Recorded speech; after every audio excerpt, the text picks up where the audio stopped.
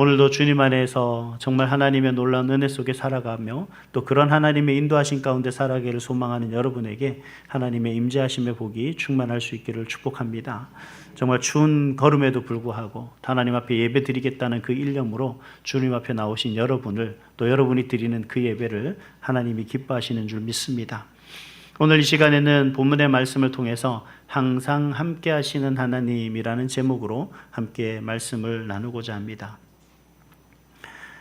이제 출애굽기를 우리가 볼 텐데, 이제 출애굽기 하면 일반적으로 어떤 얘기입니까? 말 그대로 출애굽, 이스라엘 백성들이 애굽을 탈출한 이야기, 이게 이제 출애굽기라고 그렇게 우리가 이 얘기를 합니다. 이야기상으로는 그렇습니다만 사실 이 출애굽기는 단순한 이스라엘 백성들이 애굽을 탈출한 이야기로 마치지는 않습니다. 그렇다 그러면 이 출애굽기는 우리 가운데 정말 우리가 하나님을 믿는 사람으로서 그 하나님을 믿는 사람에게서 성경이라는 의미가 사실 없어요. 왜 우리에게 이게 성경이냐라고 하는 부분은 이 단순히 출애굽기가 애굽을 탈출한 이야기를 쓴 그러한 어떤 이야기책이 아니다라는 사실을 우리에게 명백하게 이야기해 주고 있습니다. 왜냐하면 이 출애굽기는 하나님의 임재 이야기가 가득한 책입니다. 하나님의 임재 이야기, 하나님이 이스라엘 백성과 항상 함께했다는 그 이야기로 가득 찬 책이 바로 출애굽기라는 거죠. 언제부터입니까? 출애굽기 시작부터 끝까지. 애굽에서 나올 때, 나오기 이전부터 시작해서 애굽에서 나오기를 시작할 때, 또 그들이 홍해를 건널 때도, 그들이 광야 생활을 할 때도 만나와 또 물을 주시고 메추라기를 주신 분이 누구십니까? 바로 하나님이셨다는 얘기죠. 근데 사실 이 이스라엘 백성들의 그 이야기 속에서 위기는 있었습니다. 하나님이 항상 그들과 함께 하셨지만 그 이스라엘 백성들은 그런 하나님이 그들과 함께 한다라고 하는 그 의심을 가졌던 때가 있었어요. 그게 언제냐면 출애굽기 한 33장쯤 보면 하나님이 모세를 시내산으로 부르셔서 이제 계명을 주실 때죠. 근데 이스라엘 백성들은 그 모세가 빨리 내려오지 않으니까 아론을 중심으로 해서 어떤 일을 펼칩니까? 자신들이 가졌던 금부치를 다 모아서 송아지 형상을 만들죠. 그때 하나님이 그 이스라엘 백성들에게 뭐라고 말씀하셨냐 그러면 나는 이제 너희와 함께 올라가지 아니하겠다라고 그렇게 말씀하시거든요. 그러니까 하나님과 함께 올라가지 않겠다는 얘기는 어디냐 그러면 하나님이 이스라엘 백성들에게 너희들이 애굽 땅을 나오면 이제 가나안 땅으로 내가 인도할 것이다 라고 했을 때 그 가나안 땅에 하나님이 함께 가지 않겠다는 얘기입니다. 이제 더 이상 하나님의 임재가 하나님이 더 이상 함께하지 않겠다라고 선언했던 부분이 출애굽기 33장의 그 금송아지를 만드는 사건이었습니다. 근데 여러분 그때 그 모세가 어떤 일을 했는지 아십니까? 모세가 하나님의 그런 선언을 듣고 나서 정말 열정적으로 하나님 앞에 간절하게 매달렸습니다. 33장 15절에 보면 그 모세가 하나님께 이렇게 고백합니다. 주께서 친히 가지 아니하시려거든 우리를 이곳에서 올려보내지 마옵소서. 그렇게 얘기를 합니다. 즉 하나님이 애굽 땅을 함께 가지 않으려면 차라리 우리도 여기서 끝내게 그냥 광야에서 다 죽여라. 뭘 하나님 같이 우리만 올려보내십니까? 하나님하고 같이 가지 않는 그 가나안 땅은 우리에게 의미가 없습니다 라고 그렇게 하나님 앞에 간절하게 단호하게 그렇게 때를 쓰는 모습을 볼 수가 있습니다. 여기서 하나님께서는 그 모세의 기도를 들어주시는 거죠. 그리고 이 출애굽기의 마지막 장에 와서 그리고 마지막 단락에서 뭐라고 이야기하냐? 하나님이 그들과 함께 하신다라는 사실을 다시 한번 명백하게 보여주고 있는 대목이 바로 오늘 우리가 읽었던 본문의 말씀입니다. 여러분 모세에게 있어서 이스라엘 백성들에게 있어서 그리고 저와 여러분에게 있어서 중요한 것은 내가 지금 어느 땅을 내가 가고 있느냐 이게 중요하지 않아요. 내가 어느 땅에 있느냐 이게 중요하지 않다는 거죠. 여러분 내가 어떤 목적지를 향해 가고 있느냐 이것도 사실 우리에게 중요하지 않습니다. 가장 중요한 사실은 뭐냐면 하나님과 함께하고 있느냐 이게 중요한 거예요. 내가 아무리 좋은 곳에서 아무리 좋은 곳을 좋은 목적과 의도를 가지고 우리가 비전을 품고 나간다 할지라도 그곳엔 하나님이 없다면 우리는 어떤 거예요? 아무 의미 없어지는 거죠. 이게 가장 우리에게 중요한 겁니다. 그리고 모세는 그걸 너무나 잘 알았던 거예요. 여러분, 하나님은요, 이런 모세의 간절함 속에 하나님께서 응답하시고 내가 너희와 함께 하겠다라고 그렇게 말씀을 하셨을 때 하나님은 단순히 그래 내가 그렇게 할게 라고 보여주는 것이 아니라, 말씀하시는 것이 아니라 우리에게 명백한 모습으로 우리에게 보여주시고 말씀하고 계시는 것을 오늘 본문을 통해서 볼 수가 있다는 겁니다. 사실 오늘 읽었던 본문의 34절 말씀을 여러분 눈으로 한번 보시겠어요? 제일 처음에 이렇게 얘기합니다. 구름이 회막에 덮이고 여호와의 영광이 성막에 충만하매, 그렇게 말씀하고 있죠. 그러니까 이 장면이 만약에 기록되지 않았다면 이스라엘 백성들에게서는 말 그대로 이 역사는 옛날 애굽에 노예로 살던 한 민족들이 있었는데 그들이 폭동을 일으켜서 그들이 그냥 그 애굽을 탈출하게 된 그러한 옛날 이야기가 있었어 라고 하는 이야기책밖에 되지 않는다는 거죠. 근데 오늘 이 말씀이 하나님의 함께하심이 그들과 함께했다라는 것이 명백하게 보여주는 증거가 되는 그러한 대목이라는 겁니다. 그래서 이 출애굽기는 그래 이스라엘 백성들이 애굽 땅을 탈출했어 라서 그 이야기야, 그래 하나님이 도우셨대, 하나님이 함께 하셨대 라고 하는 그 이야기로 끝이 나는 이야기가 아니라, 그리고 이어지는 레위기라는 그런 성경이 아니라 이 출애굽기는 뭐냐면 이제 끝이다 그런 의미가 아닌, 이제 하나님과 함께 계속해서 그 여정을 시작하는구나 라는 것을 우리에게 계속해서 보여주고 있는 그러한 책입니다. 이스라엘 백성들의 그 삶의 모습 속에서 그들의 역사는 출애굽에서 끝나지 않죠. 계속해서 하나님과 함께하는 것으로 이어지고 있습니다. 그리고 오늘날까지 이어지고 있다는 거죠. 오늘날 어떻게 이어집니까? 바로 예수 그리스도와 함께 그로 말미암아서 완성된 모습으로 이루어져 가고 있다는 얘기입니다. 여러분, 우리가 하나님을 믿는 사람으로서 오늘 우리가 살아가는 모습 속에 과거의 그 성막이나 또 과거의 그 성전이나 이러한 모든 것들이 다 파괴되고 사라졌는데, 그렇다면 하나님이 과연 오늘 우리가 함께 하신다는 것을 우리가 무엇으로 증명할 수 있느냐? 분명 성경 속에서는 과거에 그러한 성막을 통해서 그들이 하나님과 함께 했음을 증명했고, 솔로몬 성전을 통해서 그들이 하나님 앞에 제사함으로 하나님과 가까이 할 수 있었음을 증명했다면, 그럼 오늘 저와 여러분은 이러한 모든 외형적인 것이 다 사라졌는데, 그럼 우리가 어떻게 하나님을 믿고 하나님과 함께하는 삶을 살고 있다라고 그렇게 말할 수 있느냐는 겁니다. 그건 다름 아니라 그런 하나님이 우리를 위해서 예수님을 이 땅에 보내셨고, 그 예수님을 통해서 또한 성령님을 통해서 우리가 함께 그 하나님과 살아간다는 사실을 우리에게 말씀해 주고 계시기 때문에 우리는 그 사실을 믿을 수 있는 거죠. 그래서 하나님이 함께 하신다, 이 구약적인 이야기가, 출애굽기의 과거 지난 이야기가 우리 가운데 아무런 은혜가 되지 않고 아무런 능력이 되는 말씀이 아니다라고 하는 것이 아니라, 그 말씀이 오늘날까지 계속해서 이루어지고 여전히 하나님은 오늘과 동행하는, 함께 하시는 그 하나님이심을 우리에게 말씀해 주고 계시는 약속의 말씀이라는 겁니다. 그렇다면 여러분, 우리가 과연 오늘날, 그리고 오늘 성경에서 말씀하고 있는 그 삶의 모습 속에서 오늘 우리는 어떻게 하면 그 하나님과 동행하는, 하나님과 함께하는 삶을 우리가 살 수 있는 것일까에 대해서 오늘 본문을 통해 세 가지로 말씀을 드리고자 합니다. 첫 번째는 뭐냐면, 하나님이 함께 하시는 그 삶을 살기 위해서는 먼저 하나님의 자리를 준비해야 된다는 사실입니다. 하나님의 자리를 준비한다는 게 어떻게 보면 어려운 것 같습니다. 왜냐하면 이 구약의 모습처럼, 출애굽기에 나오는 그 모습처럼 우리가 성막을 준비해야 될까 하는 어떤 그런 생각을 하게 되겠죠. 근데 여러분, 이 출애굽기 40장을 보면 하나님께서 이스라엘 백성 가운데 임재할 때 하나님의 임재하심이, 즉 이스라엘 백성과 그전과도 함께 했습니다만, 하나님의 임재하는 것에 있어서는 분명히 순서가 있습니다. 그 순서는 어떤 거냐? 우리가 오늘 읽지는 않았지만 여기 성경을 혹시 펴신 분들 계시면 우리 33절을 한번 같이 읽어보겠습니다. 시작.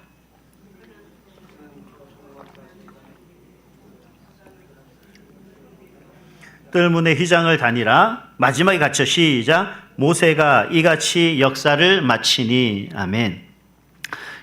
모세가 이같이 역사를 마쳤다는 것은 뭐예요? 그동안 하나님께서 모세에게 명령한 그 모든 명령에 따라서 그 성막을 완성했다라는 말씀 아니십니까? 그 성막을 완성한 이후에 어떻게 된 거예요? 하나님이 그 성막에 임재하신 거죠. 모세가 단순하게 그 공사가 완료한 것을 보고하는 내용이 아니라 하나님이 명령하신 그 모든 명령에 하나도 빠트림 없이 완전하게 순종했습니다 라는 보고와 더불어서 그 다음에 34절에 이르러서는 하나님의 영광이 그 성막에 충만했다라고 그렇게 우리에게 말씀하고 있는 것을 볼 수가 있습니다. 그러면 그 전에 하나님의 성막이 다 완성되기, 즉 완공되기 이전에는 하나님께서 그 성막에 임재했습니까? 그런 얘기는 없죠. 만약에 그 전에 임재했었다면 지금 이렇게 말씀하지도 않았을 겁니다. 여기서 우리가 바라볼 수 있어야 돼요. 뭘 바라봐야 되냐면 하나님의 임재는 완공되지 않은 성전에는 임하지 않는다. 이제 근데 그 문제가 생겼어요. 하나님의 임재를 나는 사모하는데 나는 항상 하나님과 함께하고 싶은데 그럼 나는 성전이 완공되지 않았네? 그 완공되지 않았다는 거 우리 뭘로 얘기합니까? 아직 나는 부족한 것이 너무 많은데 정말 사실 나는 살아가는 게 하나님의 뜻보다는 내 생각을 앞세우고 살아가는 게 더 많은데 하나님의 주인이라고 하나님이 나의 주인이라고 고백은 하지만 사실 내 삶의 주인은 나다라고 생각하고 오히려 나는 그런 삶을 살아가는 게 더 많은데 그럼 나는 아직 여전히 미완성이네. 여전히 그럼 하나님이 나와 함께하지 않는 것이네 라고 생각할 수가 있다는 거죠. 여러분 맞습니다. 근데 절망할 이유가 없어요. 우리는 완벽한 건물체가 아니지 않습니까? 또한 우리의 인격자는 부족하기 그지없지 않습니까? 우리는 이 세상 죽음 하나님이 부르시는 그날까지 우리가 죽음을 맞이하는 그날까지도 저와 여러분은 완전한 사람이 될 수 없어요. 성경에도 말씀하고 있죠. 의인은 없나니 하나도 없다. 이 세상에 우리가 의인으로서 살아갈 수는 없습니다. 그래서 하나님이 그런 저와 여러분, 연약한 저와 여러분을 위해서 누구를 보내신 거예요? 예수님을 보내신 거죠. 우리가 성막에 거할 수 없기 때문에 그 부족한 우리 사람을 위해서 하나님이 친히 사람의 몸을 입고 이 땅에 오셨다는 사실입니다. 그래서 요한복음 1장 14절에는 이렇게 말씀하십니다. 말씀이 육신이 되어 우리 가운데 거하셨다라고 그렇게 말씀하셔요.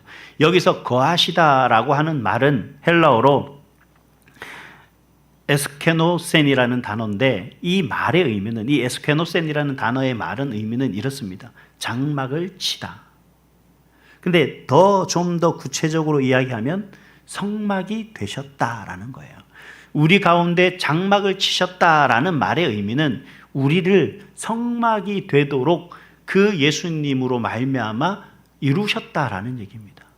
그래서 우리는 부족하지만 결국 내 힘과 내 능력과 내가 가지고 있는 그 어떤 노력으로가 아니라 예수님으로 말미암아 저와 여러분은 이미 하나님이 임재하실 만한 그런 가치가 된 겁니다.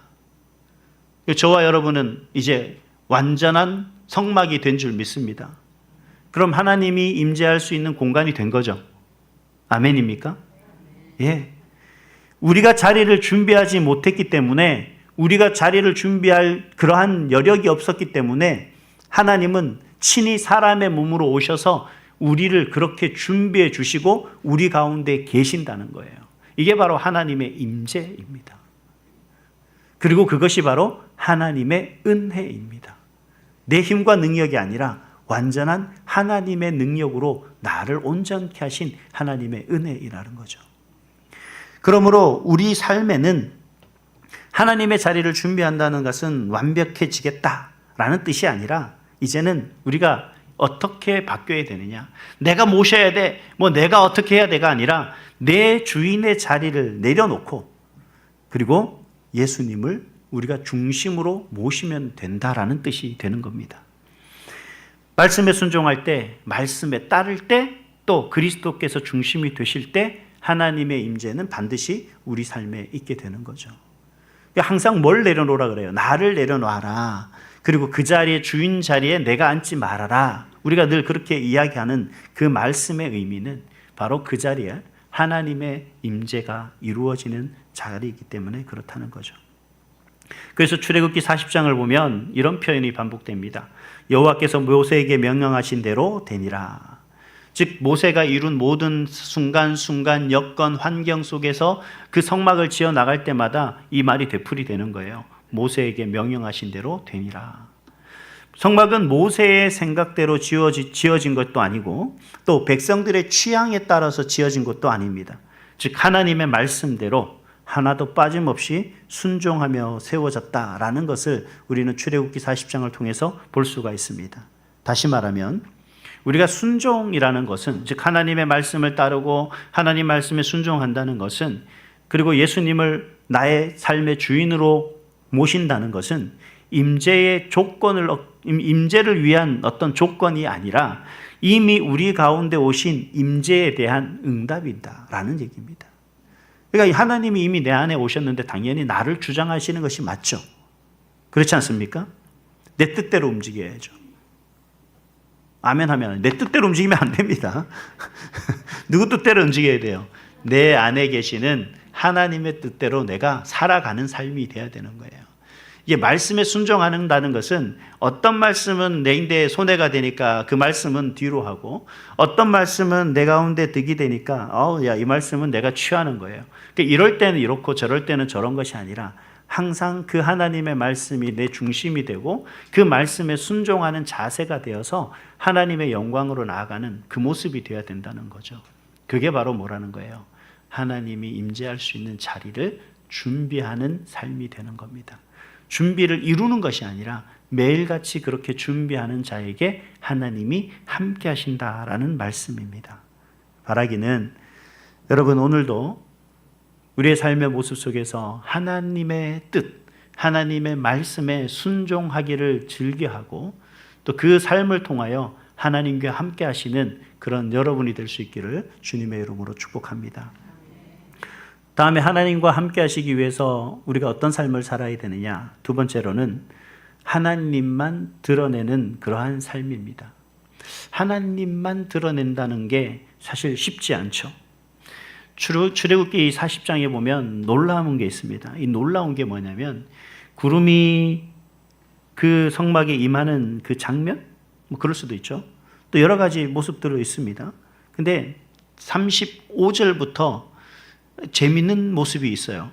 34절에 이제 구름이 성막 회막을 덮었고 여호와의 영광이 성막에 충만했다라고 이야기를 했는데 35절에 뭐라고 시작하냐면 모세가 성막에 들어갈 수 없었으니라고 이렇게 시작합니다.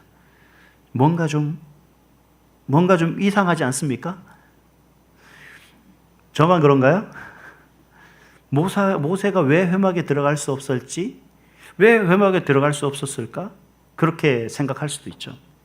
물론 이제 하나님의 임재하심이 있었기 때문이다. 이제 우리가 그렇게 짐작할 수 있는데 여러분 하나님의 임재는 단순히 그 임재하심이 우리 가운데 있어서 그냥 임재했구나 이런 의미가 아니다라는 얘기입니다. 지금 모세가 그 성막에서 물러났다라고 이야기하는 모습 속에서 사람의 접근을 허락하지 않을 정도로 하나님의 영광이 그곳에 가득했다라는 얘기입니다. 하나님의 영광으로 말미암아서 모세조차도 물러설 수밖에 없게 됐다라는 것을 이야기하고 있는 거죠. 근데 우리가 생각할 때는 모세가 어떤 사람 정말 대단한 사람 아닙니까? 근데 어떻게 그런 모세까지도 하나님이 물리치셨을까라고 할 수가 있죠. 사실 그런 면에 봤을 때 모세는 있어도 되는 거 아닌가? 이런 생각을 하게 됩니다. 왜냐하면 우리가 잘 알고 있듯이 모세가 하나님과 대면한 유일한 사람 아니겠습니까? 그리고 그 이스라엘의 지도자로서 하나님이 직접 세운 사람이고요. 그리고 지금까지 계속해서 하나님의 말씀대로 순종하면서 하나님의 영광을 나타내기 위해서 최선을 다했던 사람이 다름 아닌 모세였습니다. 모세가 특별한 어떤 실수를 한 것도 아니고 또 정결하지 못한 것도 아니고 충분한 자격도 있는 것 같은데 그런데도 지금 성경에서는 뭐라고 얘기하냐면 들어갈 수 없었다라고 그렇게 단호하게 이야기하고 있는 것을 볼 수가 있습니다. 왜 그럴까요? 왜 그렇겠습니까? 여러분, 그 자리는 사람의 자리가 아니기 때문에 그렇습니다. 하나님이 임재하시는 그 자리는 절대 사람이 있어서는 안 되는 자리죠. 그곳에서는 오직 누구만 있어야 됩니까? 하나님 한 분만 계셔야 됩니다. 그 영광은 오직 하나님 한 분만이 드러나야 되는 거예요. 그렇기 때문에 모세조차도 그곳에 범접할 수 없었다는 사실입니다.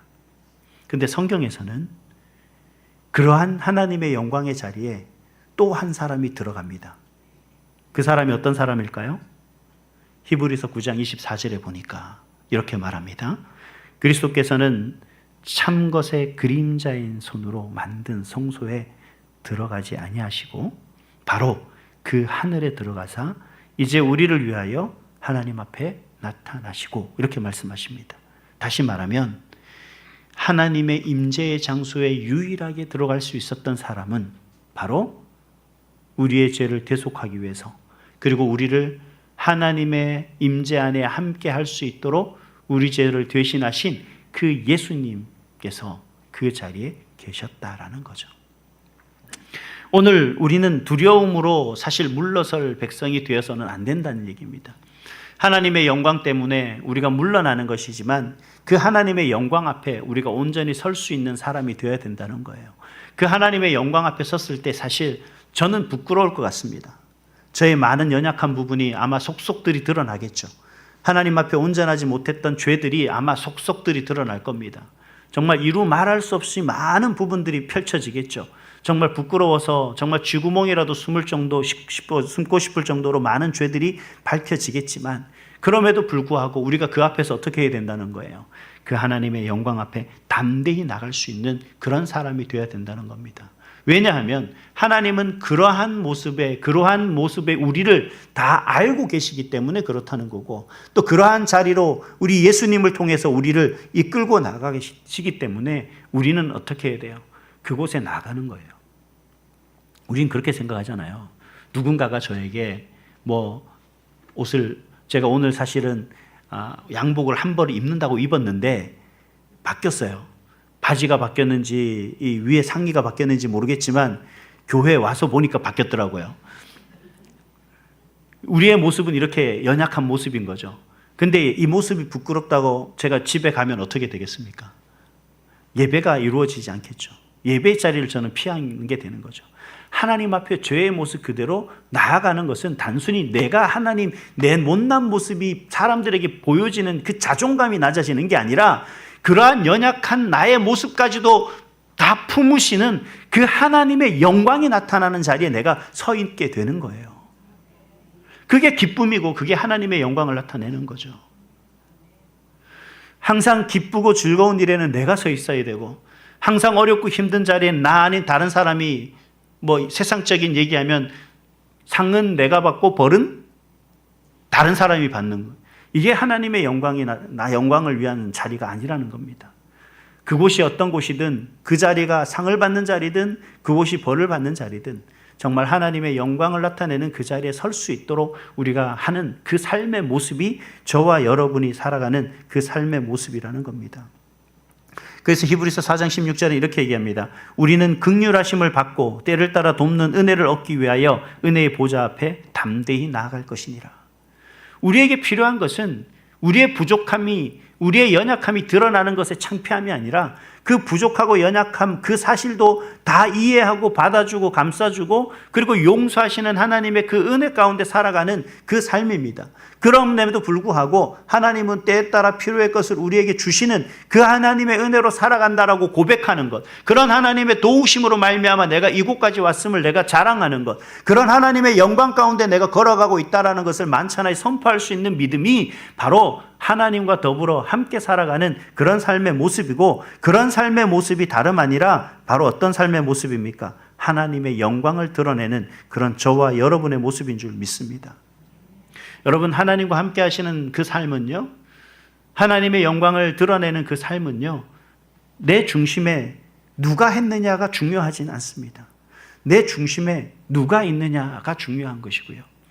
하나님이 높아질수록 임재는 분명해지고요, 오히려 그 사람이 낮춰지고 그 사람의 부족하고 연약한 모습만 드러나는 것이 아니라 오히려 하나님께서는 그러한 연약한 그를 높이시는 줄 믿습니다. 오히려 연약하고 부족한 그를 통하여 하나님의 영광에 또 하나님의 뜻을 이루는 일에 세움받고 쓰임받는 그런 삶이 될 줄 믿습니다. 바라기는 하나님의 영광을 드러냄으로 말미암아 여러분의 부족하고 연약함이 아닌 그 부족함과 연약함을 메우고도 남을 만한 하나님의 크신 은혜가 여러분 가운데 충만할 수 있는 그 충만한 복을 받아 누리는 여러분이 될 수 있기를 주님의 이름으로 축복합니다. 함께 하시는 그 하나님과 함께하는 삶을 살기 위해서는 우리가 세 번째로 어떤 삶을 살아야 되느냐? 앞서지 않는 믿음이 있어야 됩니다. 사랑하는 성도 여러분, 하나님의 임재는 우리를 대신해서 길을 설명해 주지 않습니다. 하나님은 우리에게 지금 수능을 준비하는 우리 학생들에게는 지금부터 국영수를 중심으로 하되 이제는 평준화가 됐으니까 예전 같지 않다. 이제 고등학교는 1, 2, 3학년도 전체적으로 평균적으로 다 점수가 들어가니까 1학년 때부터 그 점수를 잘 준비해야 된다.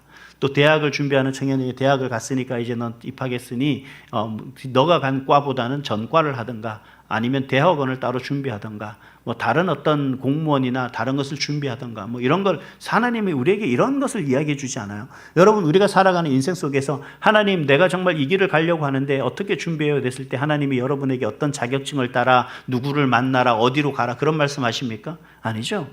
하나님, 내가 가는 그 걸음 가운데 하나님 어떤 길로 가야 될지 알지는 못하지만 하나님 그 걸어가는 것 가운데 잘못된 길이면 나를 이끄셔서 옳은 길로 이끄시고 하나님 그 길에서 하나님의 영광이 나타난다면 그 길이 정말 평탄한 길로 되어 하나님의 영광을 드러내는 삶이 될 수 있도록 해주십시오라고 하면 하나님은 언젠가 나 모르지만 뒤돌아봤을 때 하나님은 나를 선한 길로, 바른 길로, 의의 길로 인도하셨다라는 겁니다. 하나님은요, 출애굽기 40장 36절부터 쭉 해서 보면 그들의 이스라엘 백성들이 어떤 삶을 살았느냐? 이루 말할 수 없이 단순한 삶을 살았습니다. 어떤 단순한 삶입니까? 구름이 성막 위에서 또 오를 때는 어떻게 해요? 이스라엘 백성들이 이제 허겁지겁 짐을 싸는 겁니다. 짐을 싸서 어떻게 하는 거예요? 준비를 하는 거예요. 그리고 그 구름이 쭉 움직이면 어떻게 된다고요? 앞으로 가면 이스라엘 백성 다 같이 이제 앞으로 가는 거예요. 그리고 갑자기 구름이 멈췄어요. 그럼 어떻게 해요? 다 같이 멈추는 겁니다. 하나님은 이스라엘 백성들에게 자, 출발한다, 준비해 라고 하는 명령도 하지 않았습니다. 지금부터 내가 동서남북 어디로 갈 거야 라고 하는 그러한 지시도 없었습니다. 성경에는 단지 구름이 가면 이스라엘 백성도 따라갔고 구름이 멈추면 이스라엘 백성도 멈췄다는 거죠. 여기는 전제 조건이 있습니다. 구름이 먼저 움직였을 때 이스라엘 백성들이 그것을 쫓았고 구름이 그 자리에 멈춰 서는 것이 선행되었을 때 이스라엘 백성들도 그곳에 섰다는 얘기입니다. 여러분, 어떤 시간이 얼마나 흘렀는지 우리가 이 구약 성경을 보면 이스라엘 백성들이 출애굽한 이후에 그 약속의 땅까지 흘렀던 시간들이 얼마나 많습니까? 무려 40년이라는 그 세월을 그들이 그 광야에서 보냈죠. 바로 그 광야에서 그들은 하나님이 가라 그러면 가고 서라 그러면 서고 그곳에 멈추라 그러면 멈췄어요. 한도 끝도 없이 언제가 될지 모르도록 그저 그들은 하나님의 말씀대로 행하며 살았다라는 것을 우리 가운데 보여주고 있는 것을 볼 수가 있습니다. 여러분, 이들의 이동규칙은 하나님의 임재를 삶의 기준으로 삼았다라는 것을 명백하게 보여주는 모습이에요. 근데 우리는 사실 이러한 모습 속에서 우리는 어떻게 살아갑니까? 뭔지 모르게 조급해요. 뭔지 모르게 항상 우리는 불안해합니다. 뭔지는 모르지만 우리 삶 속에 뭔가 항상 채워지지 않는 그 불만족이 있어요. 여러분, 우리가 예배를 드려도 우리가 기도를 해도 뭔가 우리 삶의 모습 속에서는 항상 부족한 부분이 있다라는 거죠. 그러니 살아가는 데 있어 삶에 있어서 어떤 길이 우리에게 뚜렷하게 보이지도 않다 보니 참 내가 이 길로 가는 게 맞을까라고 하는 의심이 들 때가 한두 번이 아닙니다. 정말 하나님 살아계시다면 하나님 좀 말씀해 주시면 좋을 텐데요 라고 하며 기도하는 때가 한두 번이 아닙니다. 결과는 보이지 않는 것 같고 정말 속도는 왜 그렇게 느린지 하나님은 빨리 응답해 주시지도 않고 하나님이 정말 이제는 정말 뭔가 좀 움직여 주시면 좋을 텐데 여전히 움직이지 않으시는 하나님, 내 인생 여정에 왜 그렇게 바쁜 게 많은데 하나님 왜 그렇게 하나님이 나를 인도해 주지 않으실까 하는 그런 생각을 우리는 하고 살죠. 그건 왜 그러냐면 우리가 하나님과 함께하는 삶이 아니기 때문에 그렇습니다. 우리가 하나님과 함께하는 삶은요, 우리 삶에 조급할 필요가 없어요. 분명 하나님이 움직이시면 우리가 움직이면 되거든요. 하나님이 말씀하시면 우리는 그대로 행하면 되는데, 우리는 하나님이 말씀하기보다 내가 먼저 뭔가 앞서려고 하고, 내가 먼저 조급해하고, 내가 먼저 결과를 보기 위해서 서두르다 보니 그 모든 것들이 실패가 되고 후회가 되고 낙심이 되는 것이다라는 겁니다. 구름보다 앞서가려는 마음이 바로 저와 여러분의 마음의 문제인 거죠. 하나님이 함께 하시지 않는 건 바로 하나님의 문제가 아니라 내 마음의 조급함, 내 마음의 불안함, 그리고 내 마음에 뭔가 채워지지 않는 그 부족함 때문입니다. 그러니 뭔가 내 눈에 보이는 것보다 보이지 않는 것을 붙잡으려고 우리가 열심히 뭔가 달려가고, 실제 그러다 보면 어떻게 해요? 가장 가치 있고 소중한 것을 놓치게 되는 그런 후회도 하게 되지 않습니까? 여러분, 지금 나와 함께 하시는 그 하나님과 더불어서 가끔 그 자리에 서 보시기 바랍니다. 하나님이 나와 함께 하신다면 지금 여러분의 모습 속에서 여러분이 발견하지 못한 가장 행복하고 가장 가치 있는 것들을 여러분 경험하게 될 줄 믿습니다. 여러분, 한 주간 동안 혹시 하늘을 쳐다보신 분 있어요? 제가 어제 막 눈발이 날렸잖아요. 뭐 여기는 막 회오리처럼 막 교회 앞에 치더라고요. 저도 모르게 하늘을 쳐다보면서 교회의 주차장 이쪽에 보이는 소나무 두 그루가 있잖아요. 제가 그것을 카메라로 사진으로 이렇게 찍으면서 하늘을 쳐다봤습니다. 우리가 살아가는 삶에 여기서는 지금 막 눈이 이렇게 휘몰아치는 회오리처럼 처해 보이는 그 모습이 우리 가운데 역력해 보이는데 하늘을 보니까 평온하더라고요. 우리의 마음이 지금 회오리치는 거예요. 우리의 생각이 지금 회오리쳐서 그렇게 이리저리 방향 없이 막 우리를 혼란스럽게 하는 거죠. 그런데 오늘 앞에서도 제가 말씀드렸지만 왜 우리가 항상 하나님이 함께 계시지 않는 것으로 이야기되고 생각되고 느껴지는 걸까? 하나님이 우리 가운데 함께 하신다는 그 말씀에 대한 우리 마음의 확신이 없기 때문이죠. 요한복음 14장 17절에 보니까 이렇게 얘기합니다. 그는 진리의 영이라 세상은 능히 그를 받지 못하나니 이는 그를 보지도 못하고 알지도 못함이라. 그러나 너희는 그를 아나니. 그가 누구예요? 진리의 영이시죠. 성령입니다. 보혜사이시죠.